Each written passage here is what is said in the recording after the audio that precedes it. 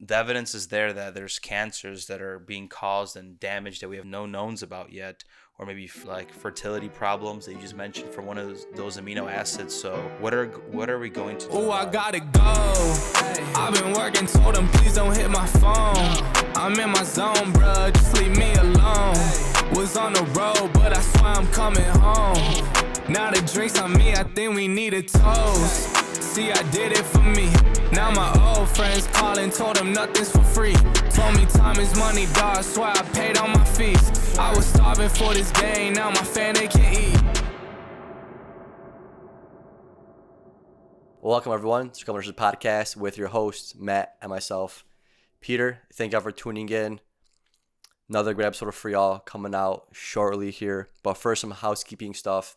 Thank y'all for tuning in. Make sure you guys check out couplenurses.com. We house all our episodes on there, all our blogs, everything that's nursing related.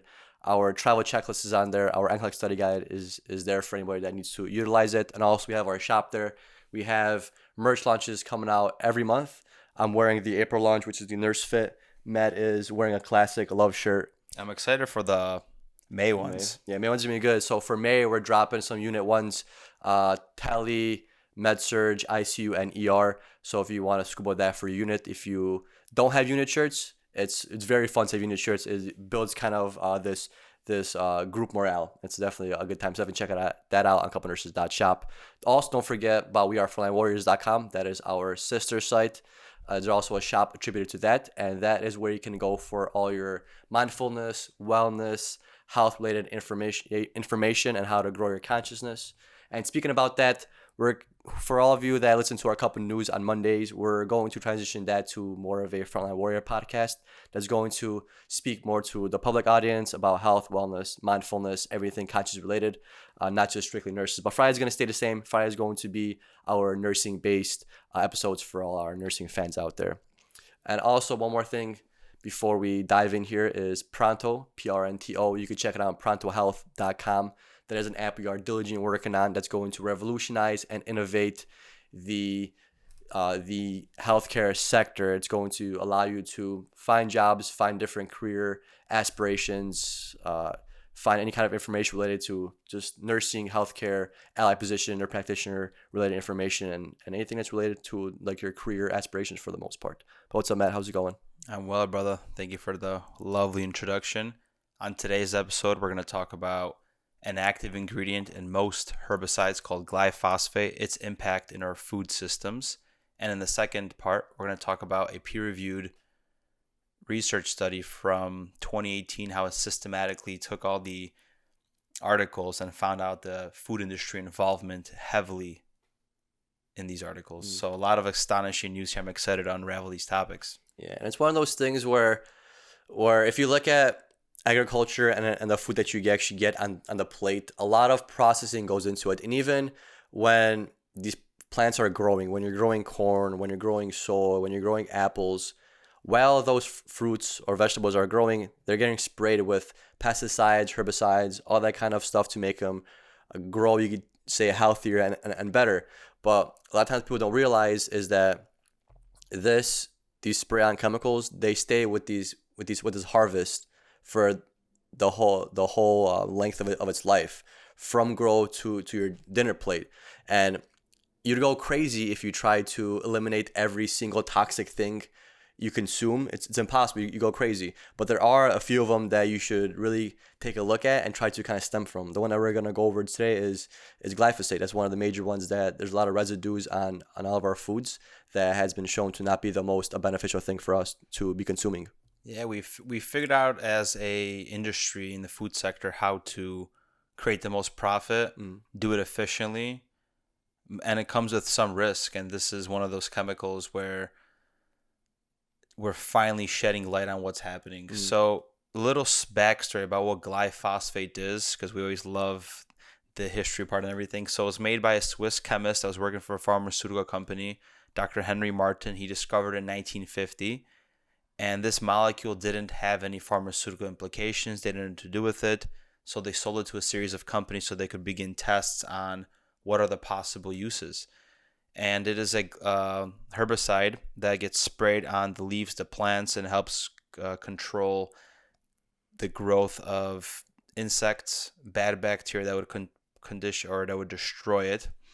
And also the sodium salts and glyphosate are used to regulate the growth of the plant and actually to ripen faster. So as a multi-purpose, which makes it a great product to be used, but now we should take a step back and think about if this is the right thing, if it's not great for the human population. Yeah, and like the way glyphosate works is when it gets absorbed by these leaves or these grasses of these plants, it actually prevents the synthesis of three major amino acids, which is phenylalanine, tyrosine, and tryptophan. And by stopping those three amino acids from being synthesized, they prevent this leaf or this plant from growing.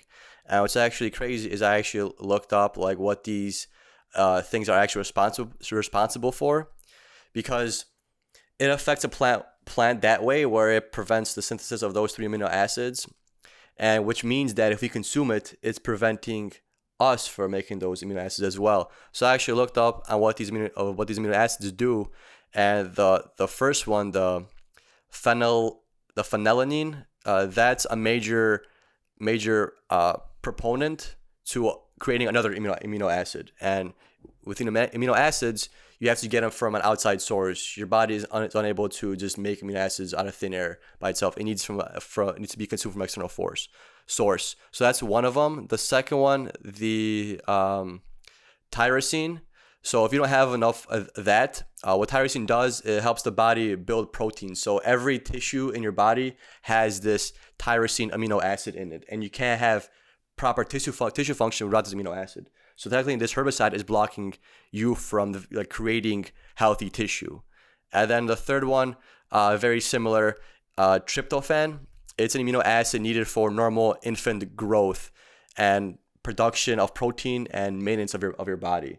So that's crazy how it disrupts these three amino acids in plants and prevents them from growing. But if you consume it, that's what you're actually doing to your body as well. So that's like a crazy trip, because you can literally, if you breathe this stuff and if you consume this is what's going to end up killing you. And now we're finding it in food. It just started being registered for its first use in 1974. We're in 2022.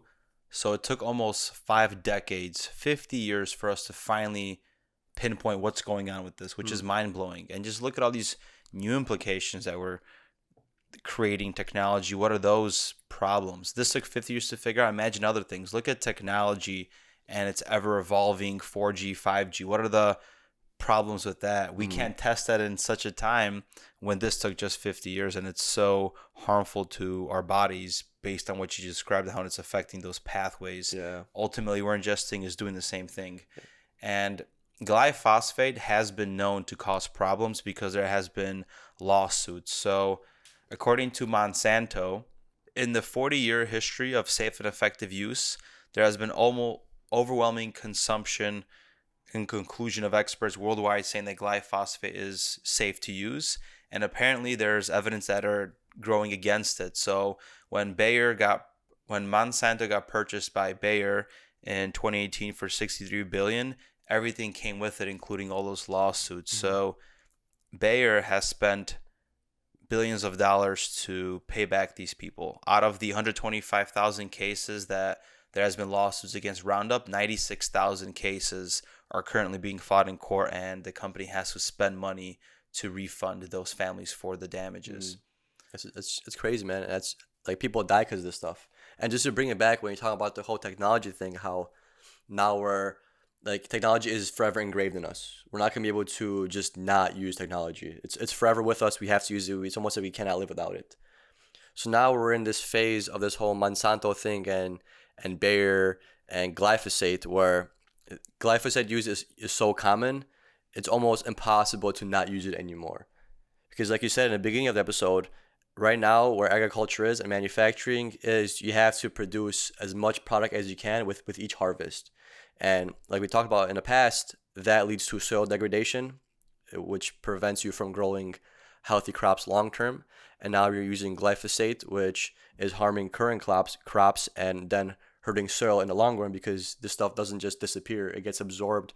And obviously not all of it is going to get absorbed by the plant, some of it's going to hit the soil. So it's like a dangerous time we live in, especially when we learn about the whole soil degradation stuff, and now we're talking about glyphosate, how that negatively affects us, and yet we're so used to using it, and agriculture is so used to having this, and we use it up so much where now it seems like there's more of a negative than there's a benefit. But we're so used to using this that how are we going to not use this anymore? We got to figure out new ways. Yeah, how would we now keep up with these better harvests each time? Well, even though you're producing a better harvest, but the harvest doesn't yield as much nutrition, not as nutrition dense. It's just numbers, not necessarily nutrition anymore. Yeah, I mean, ultimately, we would have to grow our own food and help offload the stress of the food industry in this case. And that doesn't sound possible compared to how many people are living in the cities and suburbs where they don't have access to big acres of lots or even a backyard to decently grow something. I know most people do, but look at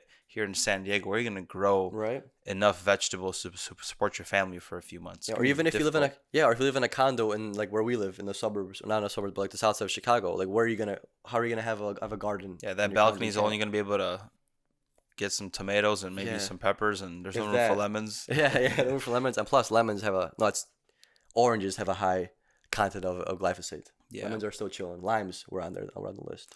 So there's a lot of class action lawsuits against Bayer for this herbicide Roundup. Roundup is the brand name. Generic name is glyphosate, if that makes sense. So what are the regulatory agencies saying? There's been a lot of discussion. Most have said there's no issues with this. In 2015, a committee of scientists working with the International Agency of Research on Cancer and WHO suggested that glyphosate is a probable carcinogen.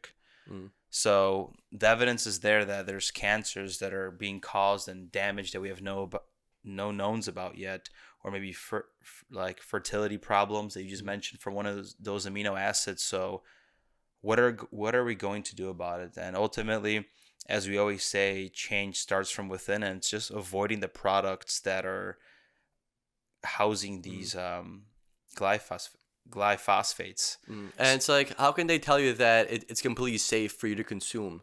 How can they say that if you know it kills plants, and if it kills plants, right?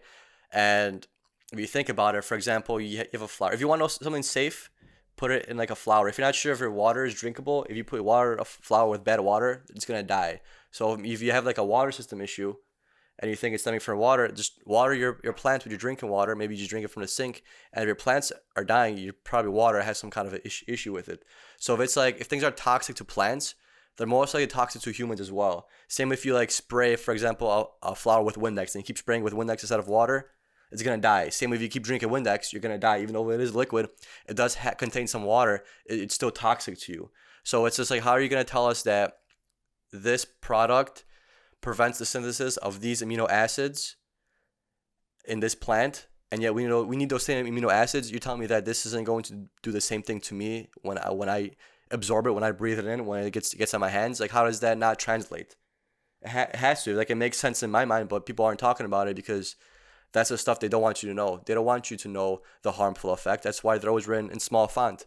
Yeah. That's why when you watch pharmaceutical commercials, they talk about them, but it's usually music playing to distract you from what the words they're saying. And then if their words are on the screen, it's usually small print and moving quickly, so you can't even read it. Yeah, we talked about soil. So the residual of that herbicide just being there, it's like an antibiotic to your body, which technically is Mother Earth in this case. It's destroying good and bad.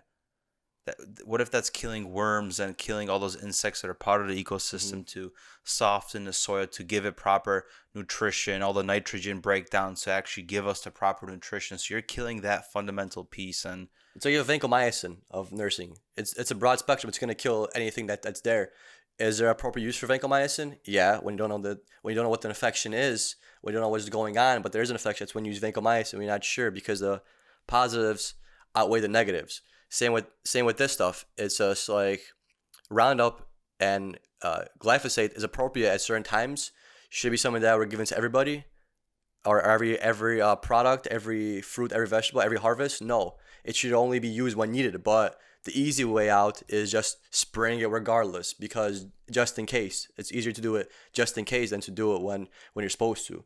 Like prednisone, for example, we give steroid, which is anti-inflammatory, to people for a temporary amount of time. It produces a lot of benefits when you're having bronchitis, when you're having different issues, different airway constrictions, different kind of issues going on in your body that prednisone tackles.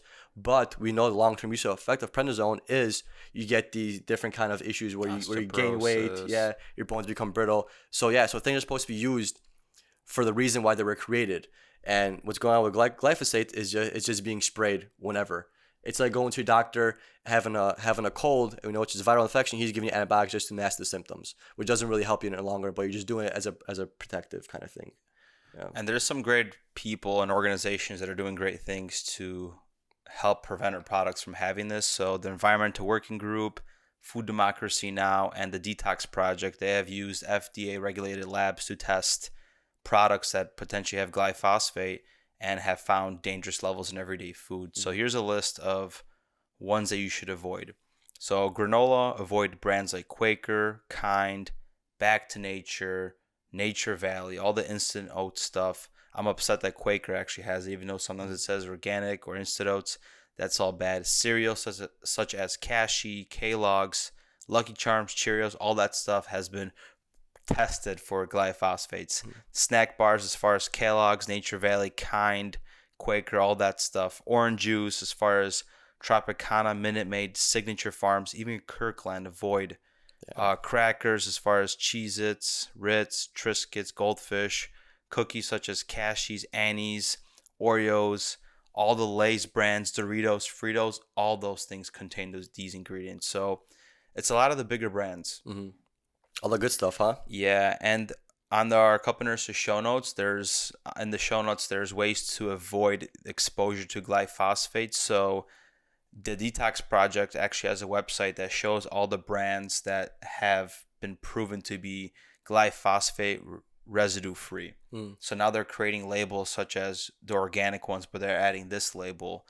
Right now, it's going to take a lot of time to enroll this, but the more hype we create in this industry and push, hey, glyphosate's bad, we should make this change, that's how this food label is going to grow, just like the certified organic label grew. Yeah. We were tired of these pesticides, and we're going the organic route, and this is what's ultimately giving power to the consumers that prevents from companies from using these kind of products, or these herbicides in this case, that are harming our health. Yeah, I'm trying to find that list of like the foods that have the most residue of these glyphosates that we were talking right before we hopped on here.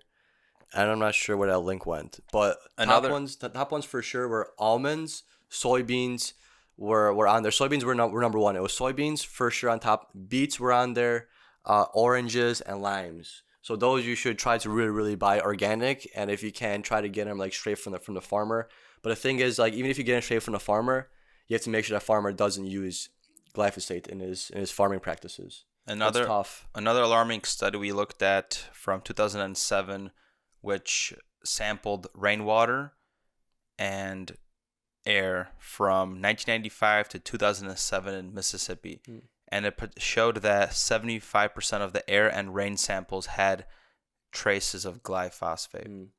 And we don't know what are the long-term implications of inhaling a herbicide and drinking it, or it being just continuously being expelled in the air, because it's an active ingredient. And it makes sense because, like, thinking back, when we learned in school how like the rain cycle is, so it's like the whole condensation, evaporation, all that kind of stuff. So when this glyphosate is in our soil, and when it gets warm and then it cools, or it gets cool and then it warms, it produces perspiration, and in those water droplets, glyphosate gets into the water droplets, right? So when it evaporates, when it goes up into the air, turns to like the mist or the steam, whatever that proper term is, and then it rains, it makes complete sense, because guess what evaporated? The water with the glyphosate, and then you have all these chemicals that you technically potentially breathe in or swallow when it's raining outside. How many times have, as a kid, you been outside, it's raining, so you stick your mouth out, and the rainwater hits you in the mouth, and it's on your tongue, and you drink it technically. So in the hospitals, we have polypharmacy and too much medications we're giving patients. Now imagine in the world we have polypharmacy, but in different aspects of chemicals in the food industry, chemicals in the makeup, chemicals which are perfumes that are not discussed, that are giving sense to people that we're wearing in everyday life. And this is continuously polluting our air that we're breathing in. Yeah. What's the polypharmacy interactions of all those substances that are just in our air? No wonder we're having allergies and sinus problems and all this. Like, we can't measure this, but it's happening in real life. Yeah. It's And imagine if wild. like one of these chemicals interacts with like our process to maintain blood pressure. And like imagine if a pesticide did that, and for some reason we were using it for hundreds of years, and now 100 years later it's realized that this pesticide is basically stopping the inability for you to properly control hypertension. And then we consume small amounts of it, and then it takes longer to bring your hypertension down. Maybe the not statins, but maybe like ACE inhibitors might start to not work as well because there's interference with this. Yes. It's a great. I know it's kind of a little bit far fetched, but it's something to consider. Like maybe the stuff that we're breathing in, the stuff that we're consuming, same way when you consume food. Like, for example, diabetes, if you consume high sugary foods, it's going to raise your sugar up. You're going to need more insulin. So this kind of just shows you that whatever you put in your body has a reciprocal about how medication is going to also work on you. And you never know, we might come to the point where our drinking water is different than what it used to be. And now maybe we have more phosphorus in drinking water, and it might affect us in some way where we're forever changed as humans. And I don't want to sound like we're fear-mongering, because ultimately I think that our bodies are so beautiful that we could fight off anything if the belief is powerful enough, and you could detox from all this stuff and nothing affects me. Because if you think like that, then you're going to be fearful of all this stuff and you might be just masked up in a room. Yeah. But if we have the ability in everyday life to remove chemicals that we're consciously aware of that are affecting us, why wouldn't you do that? And that's why the change starts within, and you say no, you don't want to consume this, and the industries are going to have to adapt, just like the trans fat was the thing and all these other movements. We have the vegan movement right now that's taking action. So all this change is possible. It just all starts within, and it starts with awareness of what's happening. And we believe in everything in moderation. Like understand that it probably is beneficial to some extent for us to get exposed to glyphosate, because think about it, if you consume it, maybe it causes some immune response, but now your body kind of knows how to fight it off or how to deal with it.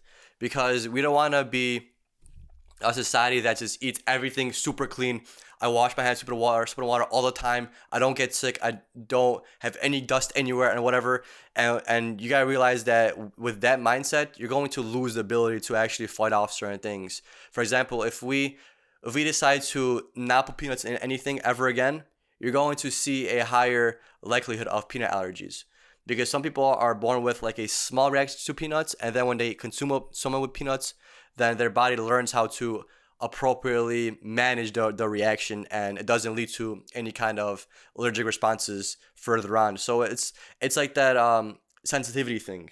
The key thing is to be exposed to a lot of things at smaller amounts. That way your kind of body already knows how to fight it off or how to process it or what to do with it when you get it in larger amounts. So like don't shy away for trying things because of you're scared, or because I'm not gonna eat that pizza because that though has glyphosate in it or some other chemical. Like you could still consume these things. It's just keep it in moderation. Of course, you don't want to overdo it, but if you're overdoing it on a pizza, you're probably going to have diabetes before there's glyphosate's going to kill you. So that's a whole different talk for a whole different day. So it's like keep that into consideration. Don't just like Matt said, don't just be scared and not do anything and not try anything new because of all these different toxic chemicals, because you're gonna go crazy. Like we're not sure what's toxic, what's not. We just know that certain things are, certain things aren't, and it's just how life is. You're not gonna know like how you're going to respond to something until you try it. It could be the best thing for you, it could be the worst thing for you. But don't be a little baby, you know? Yeah, and segmenting into the second part of the show, which is the food industry and its involvement in things. And we've had many episodes where we talked about in the show how a perfect example was statins, and not even statins, saturated fats, red meat is bad. And the kinesiology guy made one study, it wasn't completely with it, but the American Heart Association adapted and started this whole trend. So you have to just be very wary of the involvement of the food industry. And finally, first of its kind, there's a study that actually looked at into all the peer-reviewed journals, the top 10 from 2018, and found out what are the outliers and what are the involvements in the food industry as far as affiliations with the author, the funding sources, the principles, research of the findings, the declarations of interest, and finally put it into category to give us a picture. And this is just from 1 year. How much has the food industry, the process industry, and all these companies invest into skewing the results? And that's the messed up part about it, is there's people that are paying articles to be written a specific way or research to be done to benefit an agenda potentially. Mm-hmm. And that's what's messed up, is where now as science, as healthcare professionals, we're taking this in and we're trusting that this was studied the right way, but there's ways that are of skewing this information for the dairy industry or for the vegan movement or the carnivore movement, and that's just not fair. There has to be some regulations and reinforcement there. Yeah, that's the thing about science. It's a very beautiful thing, but it can easily be manipulated into giving you false results. And of course, think about it if you're the person that's manufacturing these products, right? You're going to want the research to heavily favor you, to be in your benefit. So there's different ways of kind of skewing this stuff. And the thing is, it's not just with Monsanto, it's not just with Bayer and with these pesticides and in this study. It's with everything, with pharmaceuticals, with, like you said, diet, with the whole trans fats movements, and like the low fat movement that we knew was all that supplement shit too, like fish oils and all that stuff. And now you got to take this route, and like it's all marketing. It's all made to sell, and if it's not going to sell, they're going to try to find research ways to prove their way. Like they have a product to sell, they don't care what happens, but we need to improve our sales this year, and there's a couple ways to do it, and investing into research is one of them. Yeah, and it's crazy to think about it, but that's how it is. That's why if someone offers you, oh, this is for sure going to help you, they're probably lying. They might not be lying like on purpose, but they're not telling the truth, because nothing that helped them is guaranteed to help you. And it's like, it goes to the back, like that one pill solution that everybody wants. It's very easy for me to sell you something that I know that you need, that you've been trying to find out. Because if you tell me what you need and I answer all those questions and more, you're gonna probably believe me. So that's also how research works as well. It's like I said, it's a business, man. Like, it's shitty to say that, but it is. And even the profession of becoming a doctor, that was first created as it was fake. There was before real medicine came along. There was fake medicine, and people used to sell you snake oil, which was like a fake cure for things. Because you gotta realize that doctors weren't always the way they are now. There was a point in life where there wasn't doctors. There was people that kind of guessed at things, that they guessed at what would help you with no medical background, with just kind of the stuff that they seen in life. And it's kind of where this profession stemmed from. So it's kind of like pharmaceutical industry and the medical industry have an upbringing of being a shady upbringing to begin with, which is interesting too. If you look at the core fundamentals of like the core of where medicine and pharmaceuticals came from, they came from lies. Yeah, look what happened the past 2 years. All the commercials that I'm not saying doctors lying to you or every healthcare professional lying to you. I'm just saying it stemmed from that lies. Yeah. Look at all the commercials that are backed up by Pfizer for the past 2 years, and all these other researchers. Where do you think that push was, and what do you think happened these past 2 years? No need to talk about it. But it's funny that you mentioned about doctors. I just thought about something in the History Channel where there was this Chinese emperor, and from I don't know which dynasty, and he wanted to live forever, so he didn't know how to do it. But there's a doctor that told him to take mercury pills, whatever X amount of times a week, and these mercury pills are going to help with longevity. But really, it made him delusional and crazy, and he died after taking those. But that was just a doctor that he was just testing his method. Even though we're in 2022 and we have the state-of-the-art health, that doesn't mean that this is the end-all, be-all of doing things. Science does change.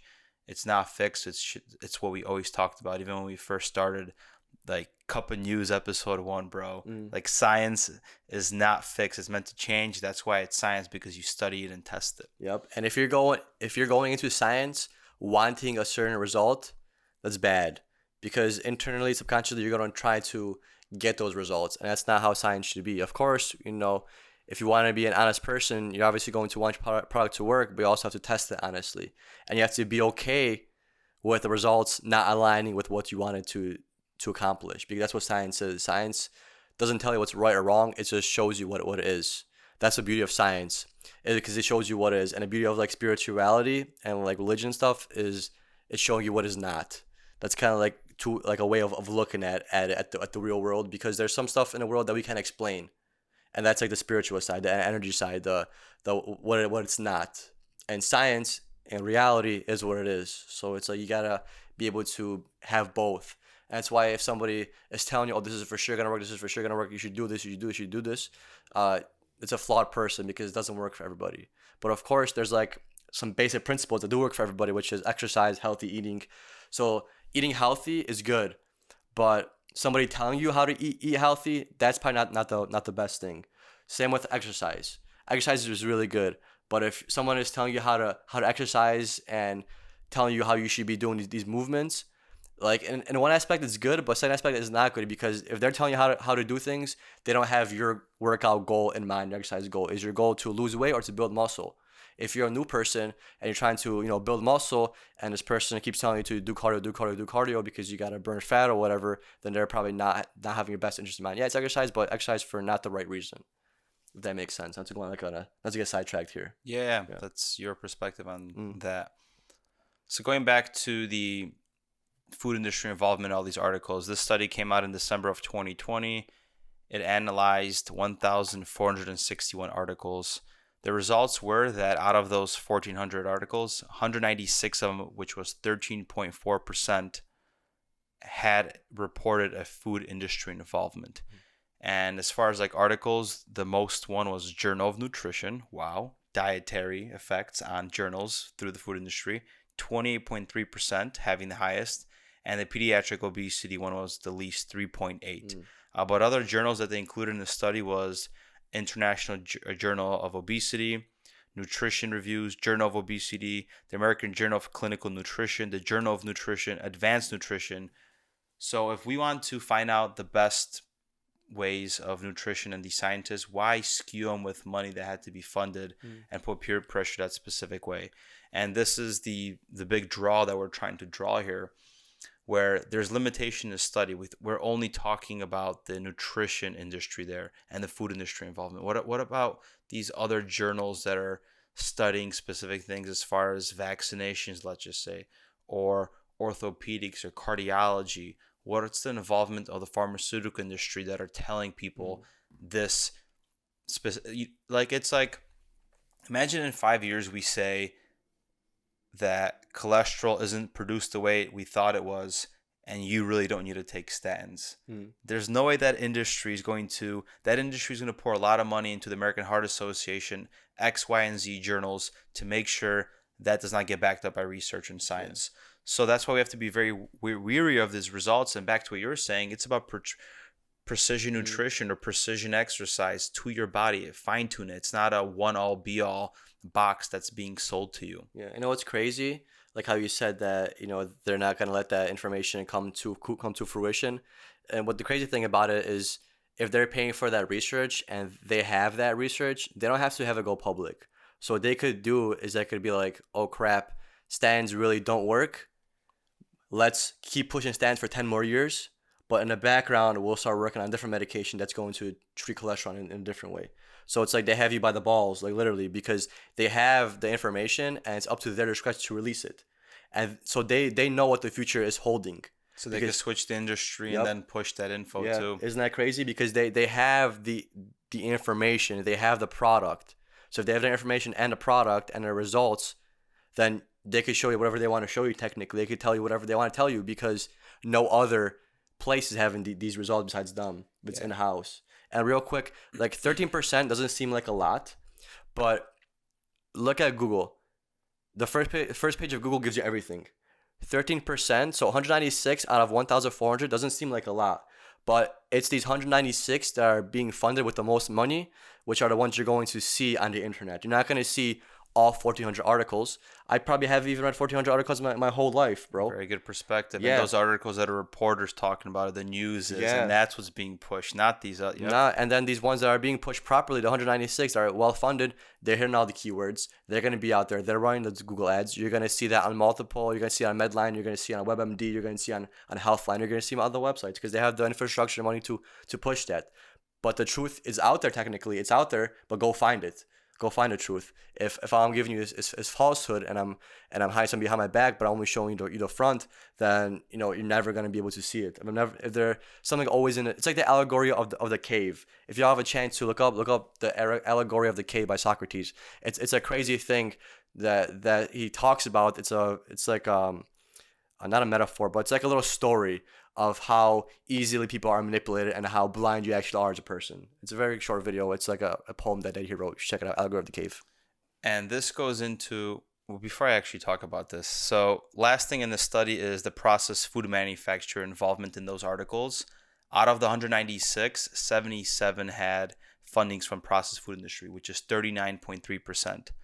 And just look at a comparison between sugar. How long has sugar been hushed, blaming it on saturated fats, red meat for forever, because we're using a lot of sodium and sugar in processed foods, whether it's cereal, whatever, and we're masking obesity and diabetes from happening. But these people keep funding it, and we keep looking at the wrong way. We keep looking at the cows like they're the bad guys. Even in this, look at this whole vegan agenda. Let's take a step back. I respect people for not harming animals, but anyway, you have Netflix for years pushing documentaries about what the health, about the game changers, pushing the vegan diet. Then you have endorsing influencers about it, pushing that movement.